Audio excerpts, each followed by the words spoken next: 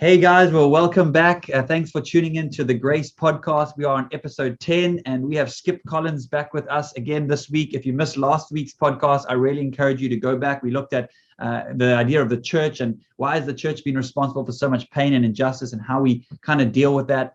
Today, we're looking at this question, how do I know the truth in a world of alternative facts? How do I know the truth in a world where it seems like there is no absolute truth anymore? Absolute truth kind of under attack, however you want to view it. And what do we do with that? Because there's misinformation. We've got fake news. I think our world is more divided than ever before. We've got, extremes and polarization and all this, and social media algorithms that don't help us. And so how do we navigate a world where it feels like it's hard to find an anchor? It's hard to find sort of steady ground. And we know that from the way we're wired neurologically, our brain doesn't like uncertainty. We like certainty, and that can be kind of unsettling. So we've spoken a little bit last week also about this idea of deconstructing, and it's kind of a buzzword right now in Christian circles. I know Skip did a great podcast. I encourage you. He's got a great podcast called Deeply Spiritual and Rather Uncertain. No, wait, I got that. Yes, right. You got it. You got it. Good. Okay, I got it. You got it. So Skip, welcome. Skip Collins used to work at Grace Family Church. He's now retired and living in the States. So we're Zooming from across the seas. But Skip, it's been great chatting to you last week, and I'm excited for today's conversation. So I'm going to kind of hand over to you. Take it away. How do we handle truth in a post-truth world? Yeah, it's really a fascinating subject that I've dived into a lot. I used to. There was a day that I really believed that we could know absolute truth, and let me back up and say I do believe there is absolute truth, right? Yeah. I do believe in the concept of absolute truth. I'm just not sure I got absolute truth, right? It's out there. It's out there somewhere, but I would stand up and say, the Bible says this is true. I believe when the Bible says it, I believe it. That settles it. That settles it, and it's like, okay, so which version of the English Bible are you talking about, and whose interpretation? And I came to understand that what I was saying was, this is what I believe the Bible says. This is how I interpret the Bible. It's incredibly arrogant to think that I have the truth on this thing, because let's just be honest, guys, the Bible isn't that clear. It's just not. If God was trying to give us a book that answers every question in an absolutely uncertain, undebatable way, he did a pretty lousy job of it, because there's so much there that we just and then read 5 different theologians, all of whom love God, all of who are trying to serve Jesus, love their neighbor, love God, make a difference, and they have 5 different interpretations of what that might be saying, and they're very different. So to realize, I think the first thing is that yes, truth is a thing. Whether I really have it or not, that's a big question. But you said in the beginning, we want to point to something and say that's true because we want certainty. Yeah. Certainty is it's like we're addicted to certainty. We need certainty in our life, COVID came around and just everything went upside down. Yeah. Everything that used to be certain suddenly just wasn't anymore. And then, the vaccine's coming. We can get back to certainty. Mm-hmm. The vaccine came and I still got COVID, right? Yeah, it's like certainty. Certainty is actually not a thing. Well, I think that's what I was going to say. It's almost like it's not that COVID brought uncertainty. It's that COVID exposed the uncertainty that was already there and made us feel. Yeah, that's a much better way to say it. Yeah. Exactly. That's exactly right. That our need for certainty was just kind of blown all the heck when COVID came around. But we want truth because we want certainty, And so people I've talked to before, and I say, well, whose interpretation of the Bible? And it's like, but if I can't trust this, where is where is my certainty? Yeah. There's a word that I learned. I don't know if you pronounce it umwelt or umwelt. It's umwelt. It's this cool word, and they use it in biology or something, but they talk about how a particular organism sees the world that they live in. It's their view of the world. So a dolphin, for example, sees the world very differently than an eagle sees the world, you know? And human beings, we have this as well. Yeah. We see the world differently because of the environment that we're in. So if you grew up in Umhlanga, you see the world differently than if you grew up in Kwamashu. Yeah. Or if you grew up in Velcom, or if you grew up in Ulundi. You know, all these environments, we look at the world differently, and it influences how we read the Bible. Yeah, I remember someone saying, we don't see the world as it is, we see the world as we are. That's exactly right. You know? And I would say we see the Bible as we are. Yeah. In some respects. Okay. Yeah. You read so it's we can only interpret it through that. Yeah. I mean, me growing up in America, when I read the story of the Exodus and about how God freed the slaves, I see it one way. If I was enslaved, I would see that story very differently, you know? Yeah. Like, God, where's the burning bush? Come and get me out of slavery, literal slavery. Yeah. And so we interpret things. Even the Apostle Paul in 1 Corinthians talks about the fact that we it's like we look into this mirror, but it's all foggy and we can't quite see everything, you know, that we don't get it all right. And so I think that the first understanding of truth is to be able to say that there is truth, there is absolute truth. When the Bible says Jesus is the way, the truth, and the life, I believe Jesus is the truth. I don't know that I have all truth. There's a wonderful book. You don't have a corner on the market.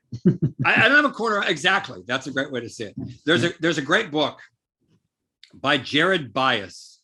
I can't remember the name. It has something to do with love in it, but I think it's the first book he's ever written. But he talks about 3 different kinds of truth. I found this incredibly helpful. So there is fact truth. Yeah. So there are some facts that we know are true. If I take my coffee cup and I drop it, it's going down. Yeah. And it's spilling coffee everywhere. That's a fact, you know? If Tom and I arm wrestle, Tom wins. That's a fact, right? There are certain truth facts in this world that are just there, right? Local knowledge. So that's one kind of truth, right? Then there's a truth called meaning truth. Yeah. All right.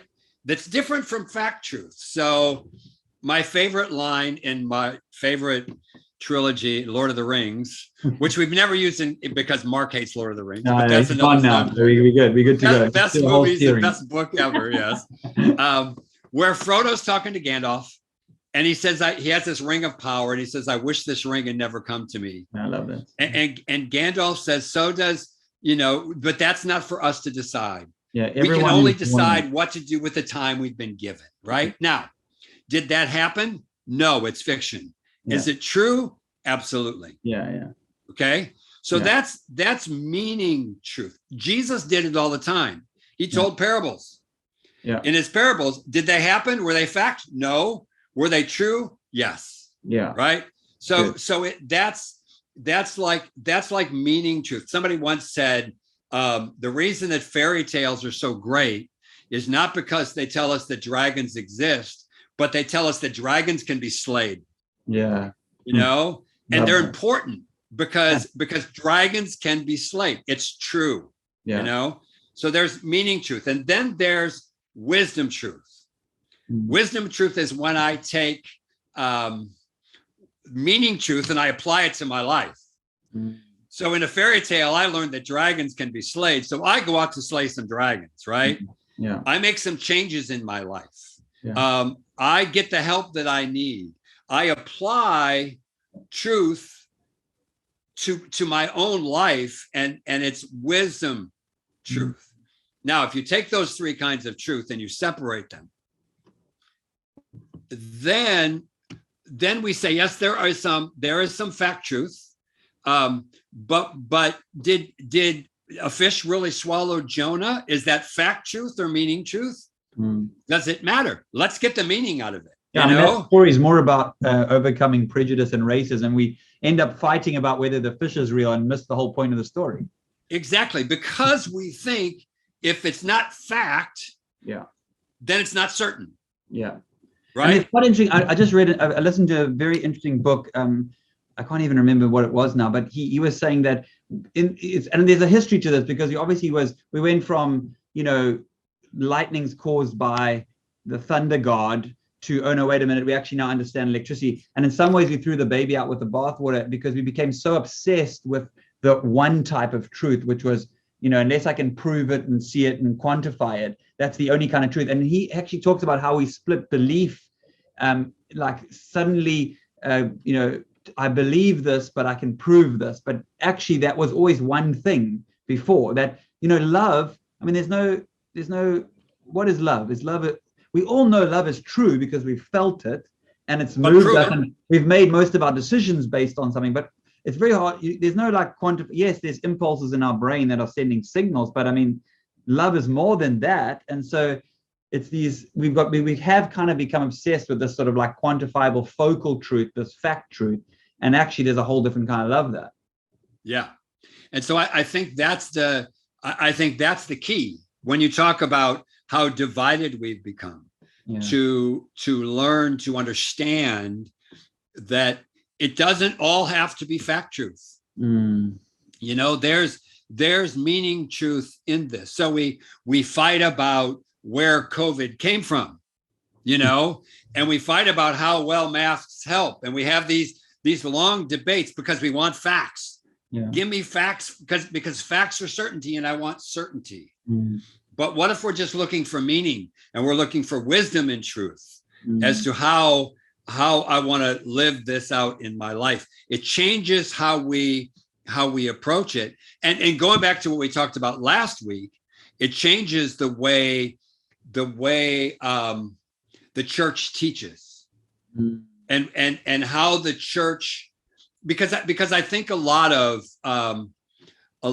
people that go through this deconstruction thing, they're starting to debate the fact truths, right? The things that we have said are fact truths, Now they're questioning that, yeah. And let me be more controversial than, did Jonah get swallowed by a fish? Did Jesus really die? Right? Was Jesus really born of a virgin? I mean, those things are dear to us in our evangelical churches, but there are people that start to question those things. And we start to say, no, if you're questioning that, no, sorry. I'll give you 5 books to read. But if you come away from these books and you're still questioning that, you're really not part of us. You need to go somewhere else, And the church doesn't give people space to believe differently, to question things, to say, no, I disagree with you, but let's go get a drink together.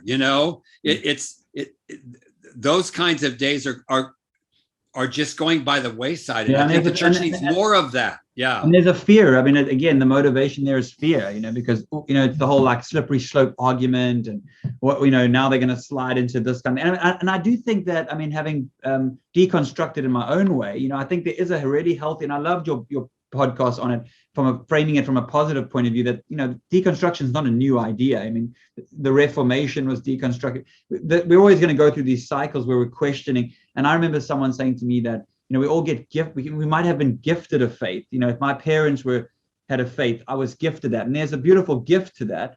But at some point that has to move from a gifted faith to an owned faith, where I actually believe this because I believe it, not because my parents have believed it. And that process is a painful journey. And I do think you can deconstruct yourself out of faith. And I think it can be a place where you've now taken every brick apart and there's nothing there. And that can be unhelpful. I think, but there is also a healthy way to deconstruct and then reconstruct something beautiful that has far more flex. I mean, Rob Bell years ago talking about the difference between a brick wall type of faith where you take one brick out, the whole thing comes down, versus a trampoline type faith where you can take out a spring, test it, because actually it's not about the trampoline, it's about bouncing, and that's Yeah.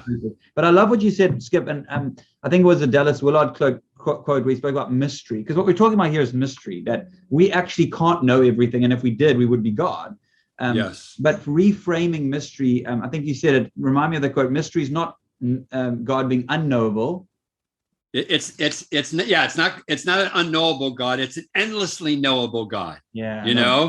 It's like an onion. We learn something about God. We peel off a layer, but there's more. Yeah. And there's just more. There's always more to God than we understand him, Yeah.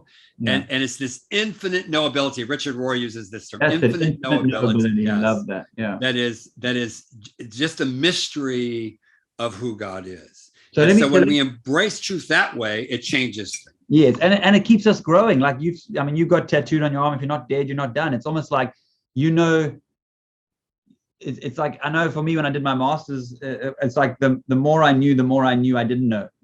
Yes, exactly. And I don't mean that in a bad way. I mean that in a beautiful way, because I feel like I'm constantly growing. I'm constantly learning. I love Jesus more now than I ever did before, but it's not the same love that I had before. And things that I thought I would never think, I now think. And it's this evolution. Now I'm going to push back and we're running out of time, but we could go on here for ages. But yes. So you're just saying, so let's say someone's saying, I'm deconstructing, I'm thinking, I have questions and I'm wrestling with stuff. So is there no way I can lay is there no way I can stick my flag? Is everything uncertain? Am I in this liminality all the way? Like, surely God would want us to have some sense of like, I am the way, the truth, and the life. Because it just feels like, whoo, okay, for some people that's really unsettling. Or do we just have to, is maturity about learning how to live with this? I think that's certainly part of it, because I think we long for certainty more than certainty really exists, and so there's not a whole heck of a lot I can be certain about these days. And if we've learned anything through COVID, we've learned that, that there is this, and now we're talking about how do we live with COVID? How do we live with uncertainty, right?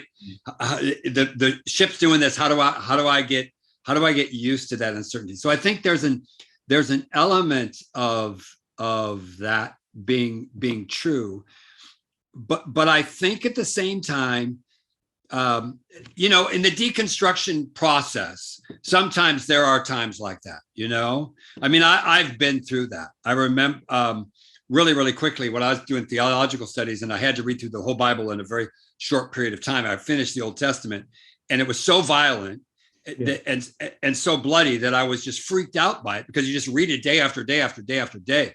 And it's like, my world, like, what am I going to do with this?